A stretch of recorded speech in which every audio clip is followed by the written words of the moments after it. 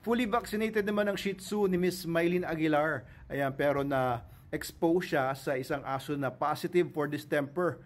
Mahahawa ba yung aso ni Miss Mylene? Anong sagot natin dyan? So, ang sagot dyan is wala pong 100% na immune guarantee sa mga nabakunahan. Hindi po 100% ang mga vaccines. Pero, it gives you a very high chance na hindi po mahahawahan na yung aso ninyo. Or kung may pumasok man na distemper virus, meron ng mga antibodies sa loob ng katawan ng aso ninyo na lalabanan yung mga viruses na yun. Ano pat hindi ito makakapaminsala na it will not do any harm anymore doon sa inyong dog.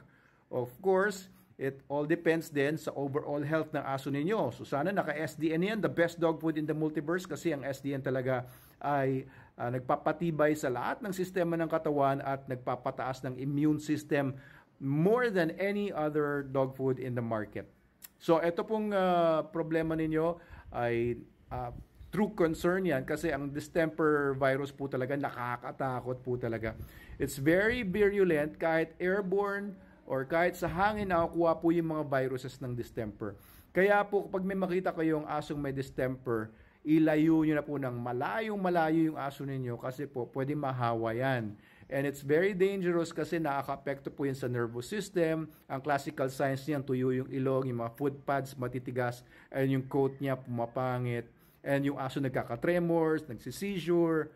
Kaya ito, kahit nga po sa mga askal sa paligid, inalayo ko talaga yung mga dogs ko, kasi makikita nyo naman sa mga itsura ng mga askal they could be very good prospects of distemper. Kaya po very high ako sa pag-alis ng mga asong kalye, dahil po may mga aso ako.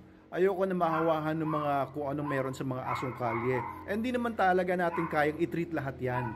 Sabihin natin bakunahan, hindi rin naman sila totally mawawala ng mga problema sa health, sa mga diseases, kaya yan. But having said all of that, hindi naman po walang value ang vaccinations. It's very important to have your dogs vaccinated para protected sila. Hindi 100%, pero protected sila generally, mostly, no, sa mga viruses na nilalabanan ng mga vaccines na binibigay natin sa kanila. So, have your dogs updated, no, sa mga vaccine nila palagi, sa mga vets ninyo. Magtiwala po kayo sa mga vets ninyo.